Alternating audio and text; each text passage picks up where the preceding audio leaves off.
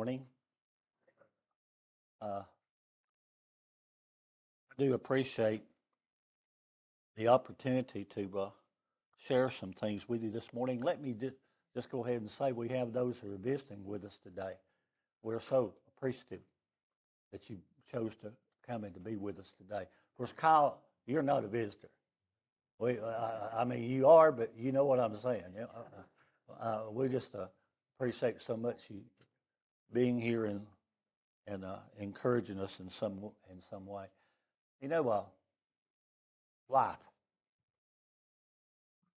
Uh, there are so many things that happen in this life while we're living, and I know that sometimes when we begin to contemplate things, have you ever sat down and thought uh, about where you've been and where you're going?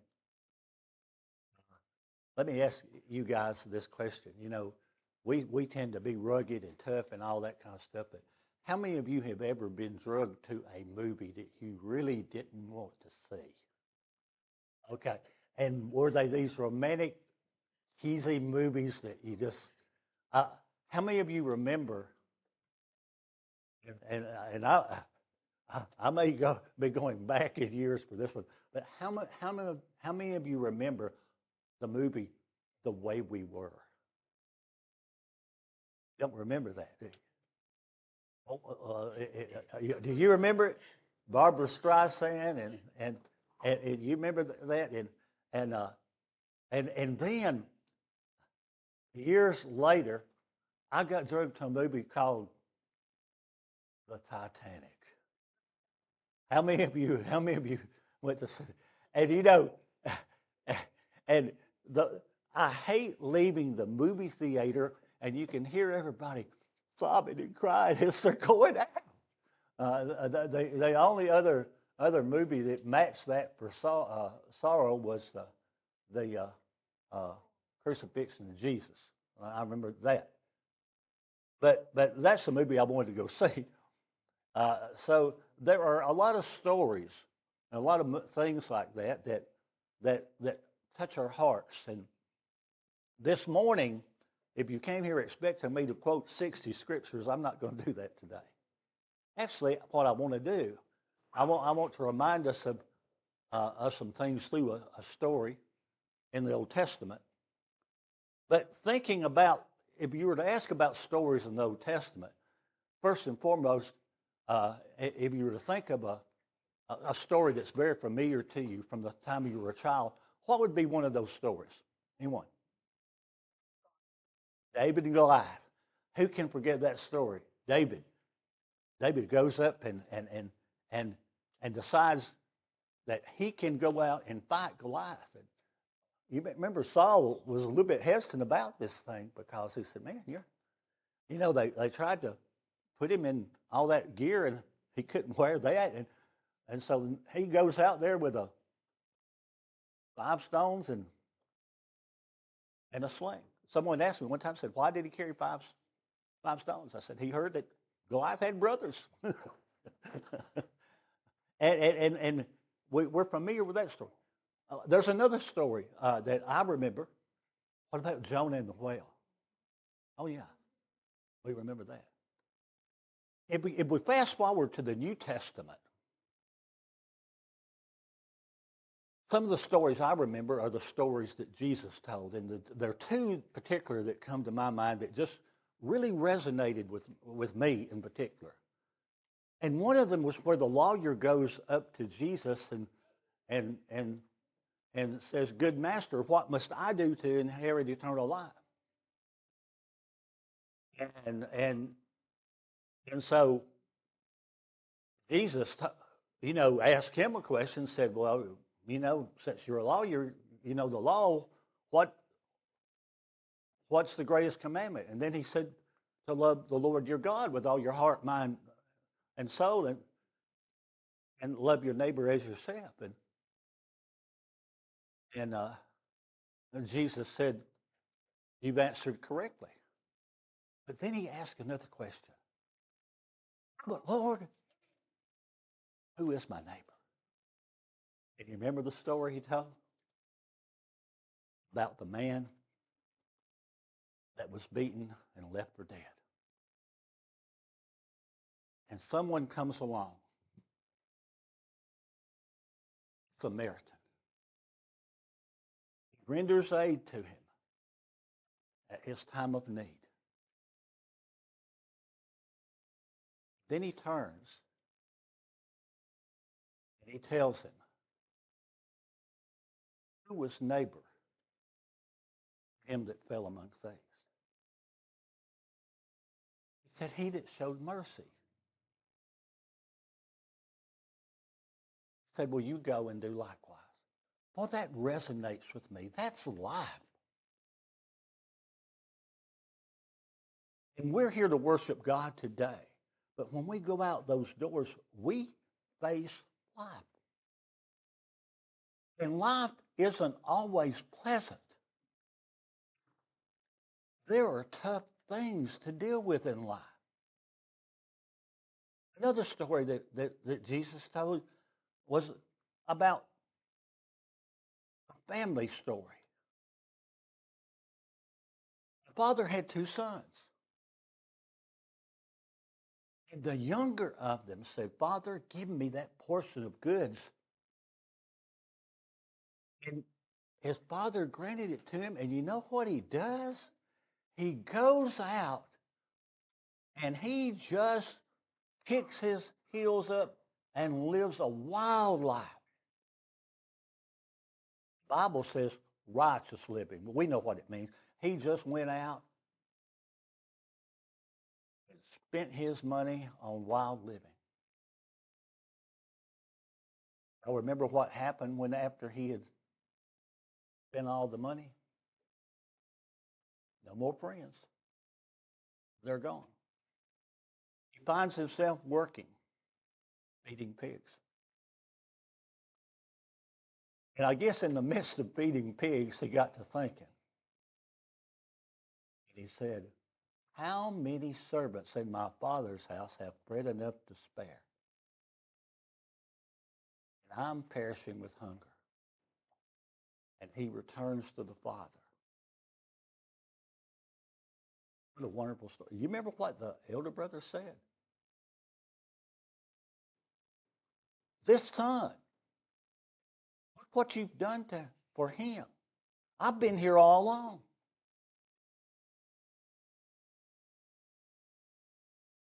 And the father told him, it was good for us to rejoice, for he was lost and now he is found. Those are stories about life. And those are stories that us guys and all we like. But you know what? There are some stories in the Old Testament that I'm going to share with you this morning. It is a book that is a very small book in the Old Testament. Let me see.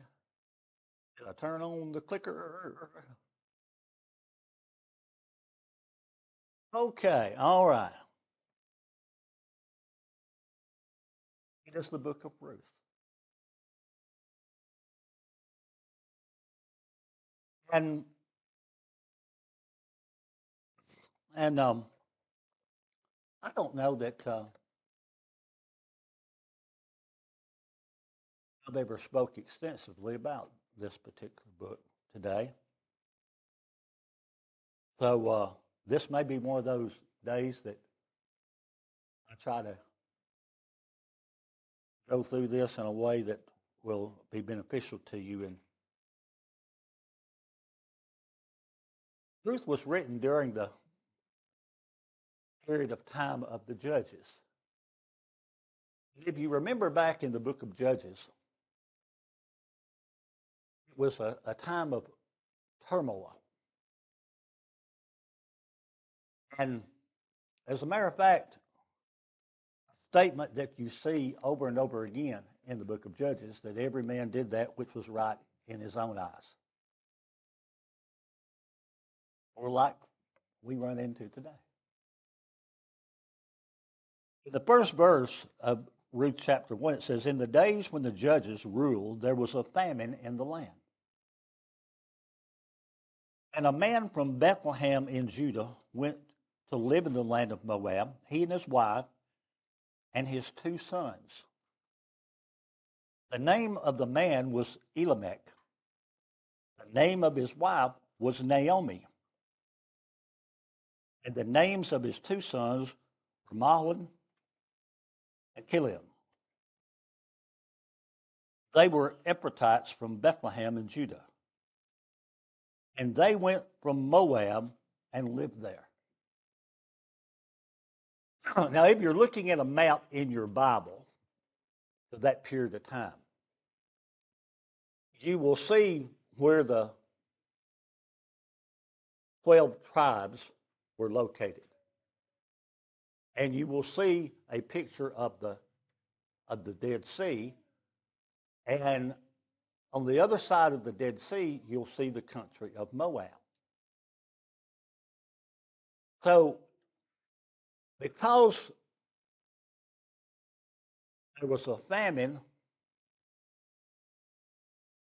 where the 12 tribes were, this man and his wife and his 2 sons decided, rather than starve to death, let's go to Moab. They go there,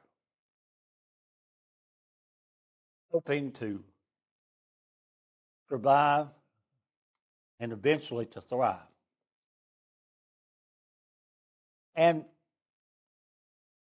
But yet, life takes a tragic turn.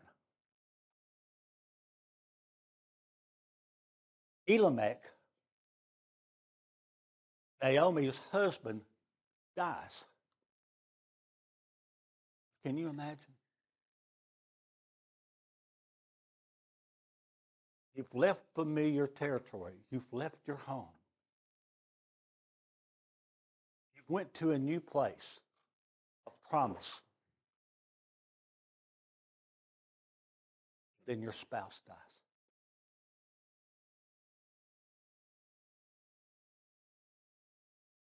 Say, well, you know, grief. Can you imagine the grief of losing your spouse? There is nothing like it in this world.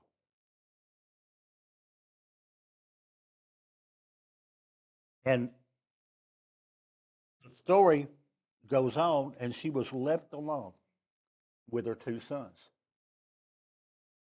Well, no doubt these boys are going to encourage her, and they did for a while. They took Moabite wives for themselves. One was named Oprah, and the other was Ruth. It says they lived there about 10 years.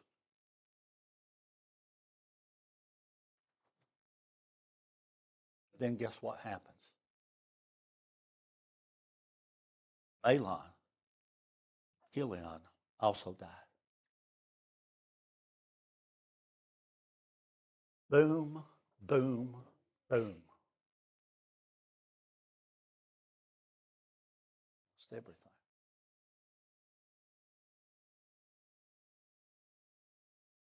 Beloved, I'm telling you, this is life.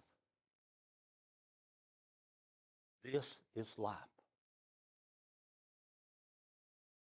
Thank God those of you here know Jesus. Thank God you know the one who died and was buried and rose again. But that does not take away the sting of death, does it? It does not take away the heartache.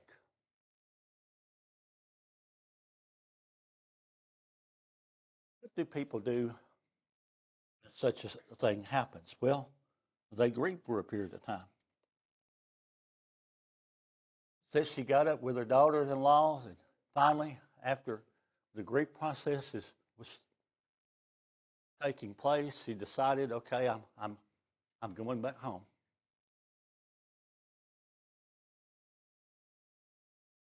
I'm going back to Judea. And as her daughter-in-laws, who are Moabites, were with her, he urges them to go back home. Because in her mind, she has nothing for them. Her husband is dead. The boys are dead. And so Naomi said to her two daughters-in-law, go return to your mother's house. May the Lord deal kindly with you as he's dealt with your deceased husbands and with me. May the Lord grant to each of you to find rest in the house of another husband. And she kissed them. They raised their voices and wept aloud. They said to her, we will return with you to your people. Naomi said, turn back, my daughters. Why would you go with me? Now, here's what Ruth said. Do not urge me to leave you or to turn back from following you. Wherever you go, I will go. And wherever you will stay, I will stay. Your people shall be my people, and your God, my God.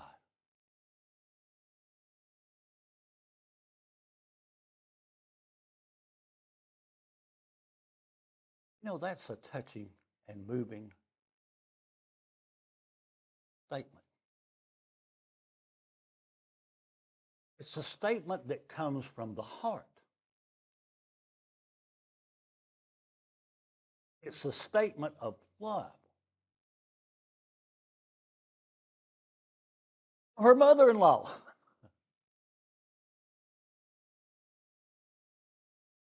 She loved her that much. She will go. She will watch after mom. This is life.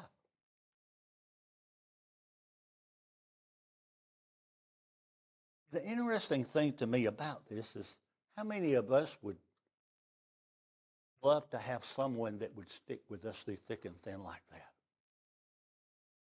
I mean, this is touching. This is moving.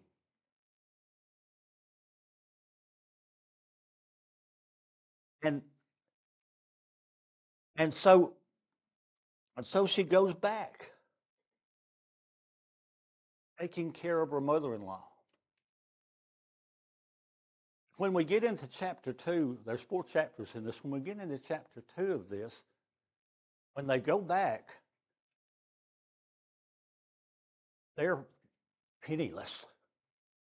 They have nothing.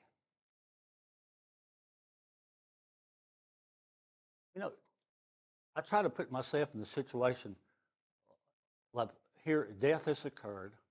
They're discouraged. They don't know where their next meal is going to come from. So Ruth goes out and starts going over the leftovers in the barley field. Now listen, when you're doing something like this, you're poor. You're starving.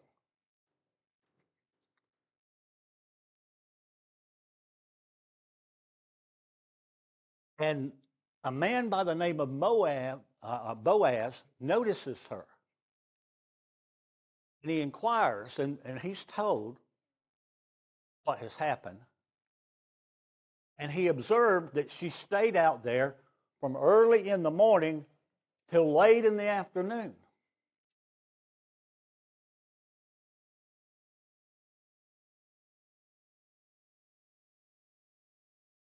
keeping one foot in front of the other. This is the way you keep going. You don't run after tragedy, but you keep one foot in front of the other. Boaz notices her. And then he decides that he tells her, you stay in the fields where my people are. You don't go to anybody else's. You stay in and I've done told people to not harm you. I've told the men not to harm you. You stay here and you'll be safe. Guys, you know this is where the story gets cheesy, right? Uh, I take it that there is some flirting going on here in this story, right? Because when they sit down for a meal, Boaz says, hey, come over here and eat with me.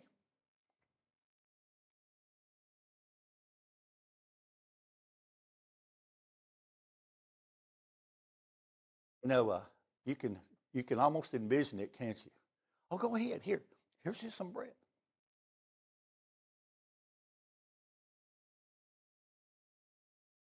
And so as things develop along, then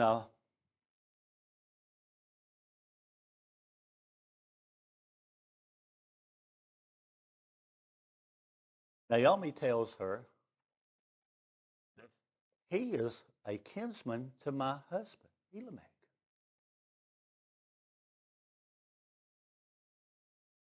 And basically, he's your kinsman redeemer. Or, and so, and so she puts it into her head that okay, you know, if he will take us on, then we can be redeemed. Boaz decides to do that, but there's only one problem. You know what the problem is? He's not the next of kin. He's not the closest one. There's one other. He knows it. Him being a respectable person, God-fearing person, he's not about to violate the law. He goes and sits down with the man, talks with him about it. At first, the guy says, you know what? I'll redeem them. It's almost like Boaz sort of knew, okay. He said, well, that's good and fine. But understand that there is a Moabite woman that was married to Elimelech's sons. And then all of a sudden, oh, wait a minute. He backs away like, no, I can't do that. Because he said, if I do that, then I'm going to lose my inheritance.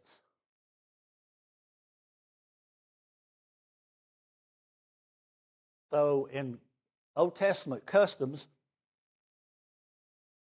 he took off his sandal in the midst, I guess, of like a court proceeding similar to that, and handed it to him.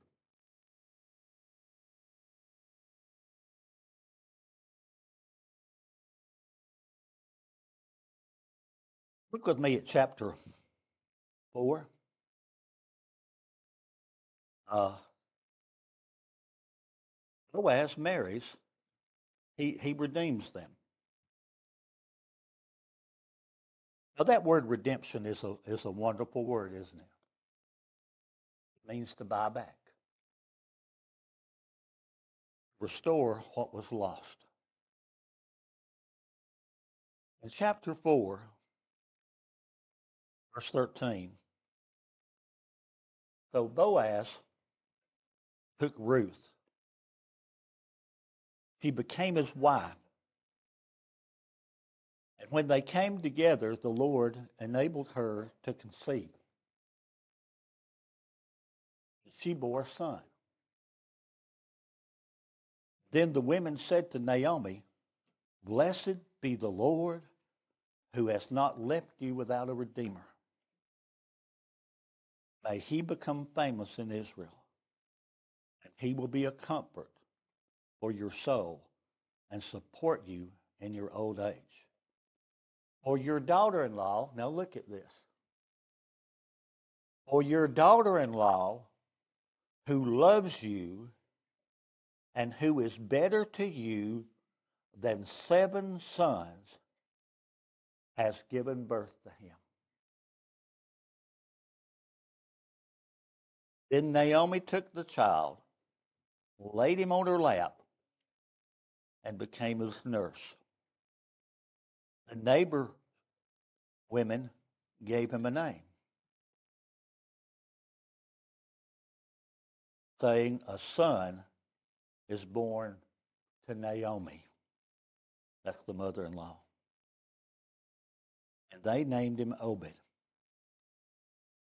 And he was the father of Jesse, father of David. So Ruth was David's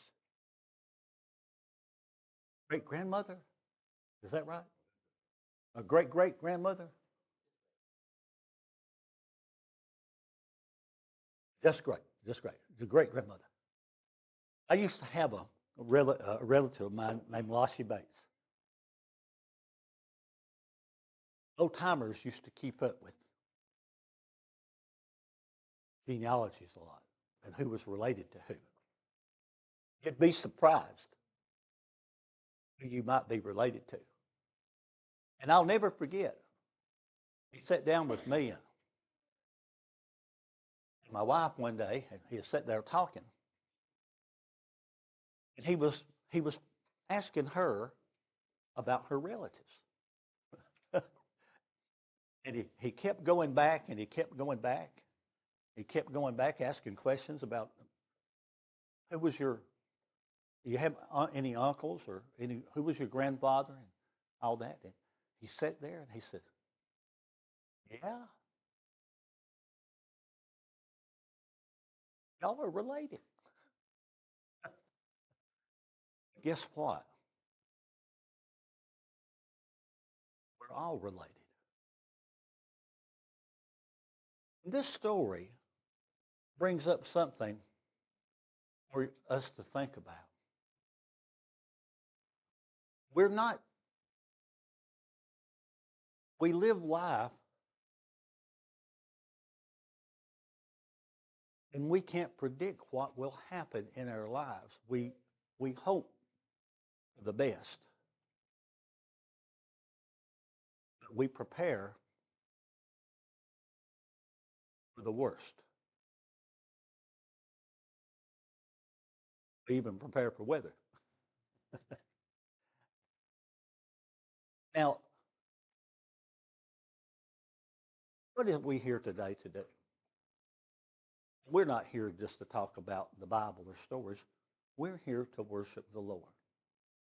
Just a moment, some of the men here will get up and talk to us before the Lord's Supper is presented. What the Lord's Supper represents, of course, is what Jesus has done for us. Paul said the gospel was, he proclaimed the gospel on how that Christ had died for our sins, that he was buried, and that he rose again according to the Scriptures. Well,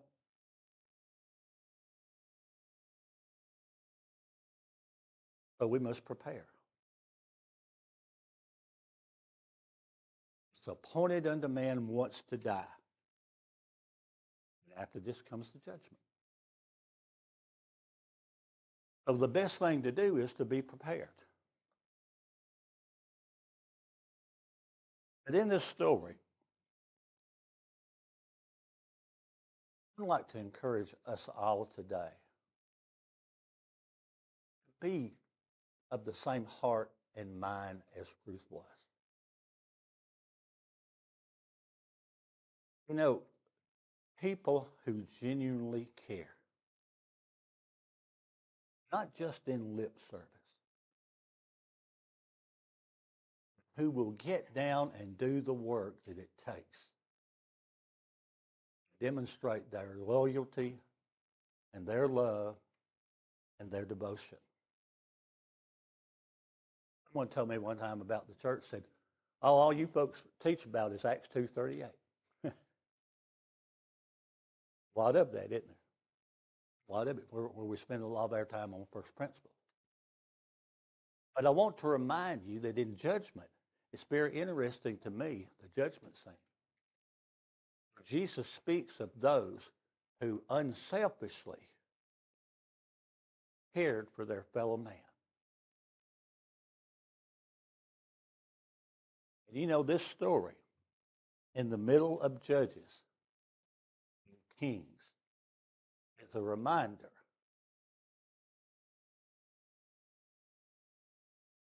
how that our life can have an impact for generations to come. I thank you for listening to this story today. I thank you guys for coming along.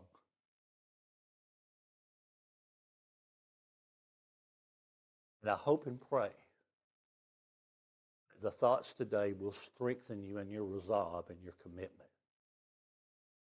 I hope you will say the same thing that Ruth said to Naomi regarding the Lord and his people and those around you. They'll know that if people in this world don't think they've got a friend in the world, they can look at me and you and say, "I know you're my friend."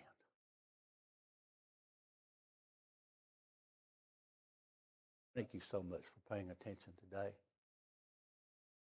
Thank you for listening to the story.